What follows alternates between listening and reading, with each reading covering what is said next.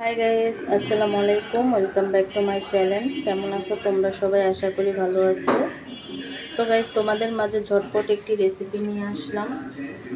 তো নাস্তার একটি রেসিপি নিয়ে আসছি, ঝটপট বিকেলের নাস্তা। তো আজকে আমি কী নাস্তা শেয়ার করব তোমাদের সাথে। তো নাস্তাটি তৈরি করার জন্য এখানে আমি ময়দা নিয়েছি 2 কাপ, আর এখানে নিয়েছি সুজি দিয়ে দিচ্ছি, আর দিয়ে দিচ্ছি চিনি।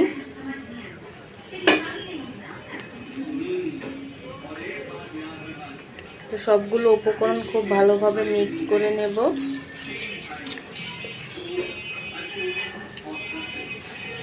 তো এখানে আমি হালকা হালকা পানি দিয়ে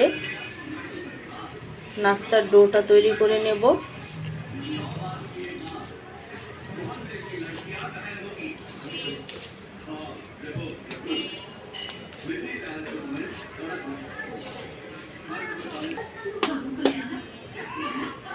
তো গাইস, খামিরটি গোলানো হয়ে গেছে। এখানে আমি ডিম দিয়ে দিচ্ছি।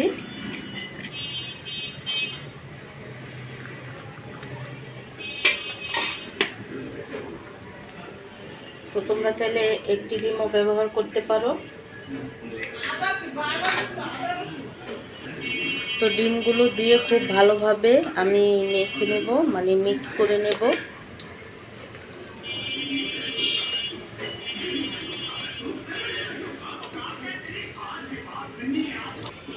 তো গাইস দেখো, পিঠার খামিরটি তৈরি হয়ে গেছে। তো আমি 10 মিনিটের জন্য রেস্টে রাখবো, তাহলে আরেকটু ফুলবে আর পিঠাটাও তৈরি করতে খুব ভালো হবে। তো গাইস দেখো, পিঠার গোলাটা কিন্তু ফুলে উঠছে। তো ব্যাটারটা কিন্তু এমনই থাকবে। তো এখন আমি ভেজে নেব, তেল বসাইছি।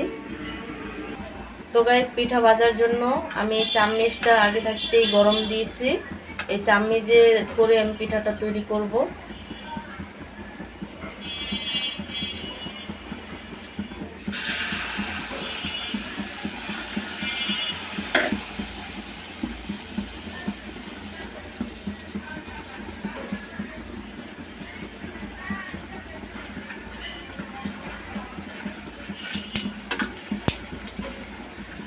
তো গাইস দেখো, নিজে নিজেই কিন্তু ফুলে উঠছে।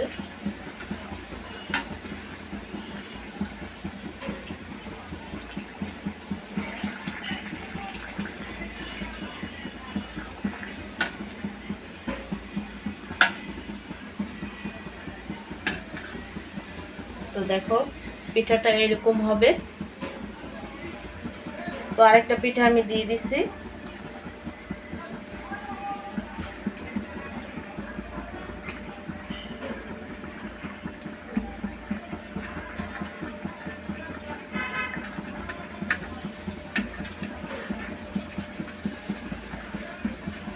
তো এটা নিজে নিজেই চামচের থেকে ছুটে এসে পড়ে। তো তেলটা একটু বেশি করে গরম করে নিতে হবে, আর চামচটাও একটু গরম করতে হবে।